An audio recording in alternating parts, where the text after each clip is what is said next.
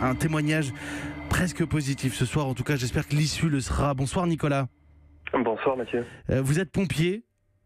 Oui, c'est ça, pompier, exactement. Et vous êtes intervenu à Trèbes la semaine dernière, mardi précisément, pour aider les familles, pour dégager les routes, pour nettoyer. C'était bien cela votre mission, Nicolas? Oui, c'est ça, effectivement, comme beaucoup de collègues venus de tout l'arc méditerranéen. Nous sommes intervenus à Trèbes et dans sa région pour venir aider les populations un petit peu à débarrasser les maisons, nettoyer et porter secours, tout simplement. C'est évidemment louable et c'est évidemment aussi votre fonction. On a pu voir la solidarité s'illustrer sur place dans l'Aude. Au-delà, Nicolas, il vous est arrivé une anecdote, mais je voulais qu'on la raconte à nos auditeurs ce soir. En nettoyant la route, vous avez aperçu quelque chose dans un nid de poule dans lequel il y avait un petit peu d'eau, Nicolas. Voilà, effectivement, dans un petit nid de poule au milieu de la cité de Trèbes, il y avait une sorte de petit poisson qui était en train d'agoniser dans 2 cm d'eau. Alors on l'a récupéré avec mon collègue, on l'a mis dans un seau d'eau, on l'a gardé toute la journée avec nous pendant qu'on travaillait pour essayer de porter secours à la population. Le poisson est resté avec nous toute la journée et puis le soir, on s'est demandé quoi en faire. Forcément, on n'avait pas retrouvé les propriétaires. Donc j'ai décidé de le ramener à la maison, pensant faire de garder le petit poisson en vie à la maison et de m'occuper de lui. Ben, j'imagine déjà, on a tous vu les images de la catastrophe, évidemment, et ces villages entiers complètement dévastés.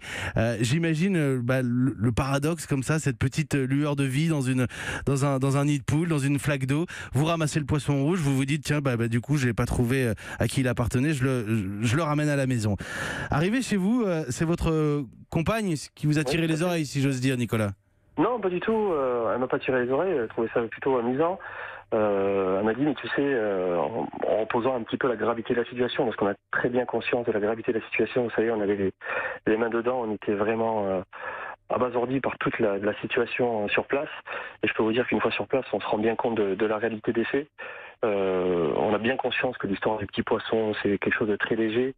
Mais voilà, elle m'a dit, tu sais, il y a peut-être quelqu'un qui a tout perdu, et il y a peut-être un petit garçon quelque part, ou une petite fille qui en plus d'avoir tout perdu, pleure son petit poisson rouge. Elle me dit, on devrait peut-être créer une page Facebook pour essayer de retrouver le propriétaire. Alors, elle a raison, votre compagne. C'est ainsi que vous êtes arrivé jusqu'à nous, Nicolas. Parce que voilà, aujourd'hui, vous avez ce poisson rouge que vous avez sauvé, qui a survécu, qui est chez vous.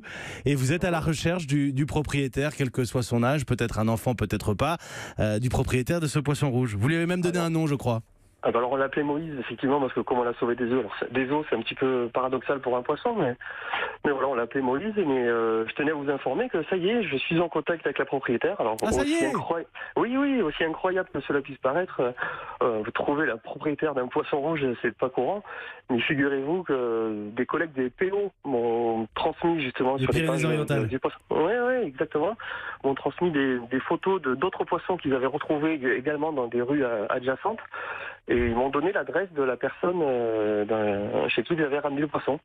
Donc je suis rentré en contact avec la personne aujourd'hui au téléphone. Pour être très clair, cette personne en l'occurrence a perdu tout un aquarium en fait, si j'ai bien compris. Alors Nicolas. en fait, la petite cerise sur le gâteau, c'est que c'est pas un aquarium, c'est une mare. Donc le poisson vivait dans une mare et la vague a tout emporté.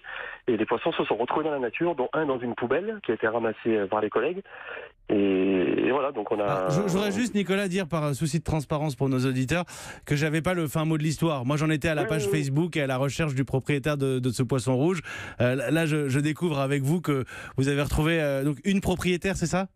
Oui, une propriétaire, exactement, que j'ai eu au téléphone vers 16h30 environ, qui m'a dit que sa mare était toujours pleine de boue, donc elle me le confie pour l'instant.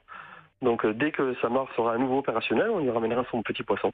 Elle était heureuse de retrouver... Alors oui, Moïse, elle ne l'avait pas appelé comme ça, mais... Non, tout à fait. Elle avait une 50aine de poissons, donc forcément... Il n'avait pas de nom, on imagine bien. Donc celui-ci en a un. Voilà. Il va pouvoir frimer dans sa mare à son retour.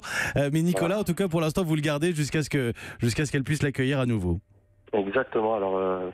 j'ai fait un petit appel. Bon, c'est vrai que la dame préfère rester anonyme, mais c'est vrai que du coup, bien sûr, la mare est détruite, mais il y a beaucoup de choses aussi, comme pour elle, comme pour tous les, voilà, exactement, comme tous les sinistrés des 126 communes de l'Aude.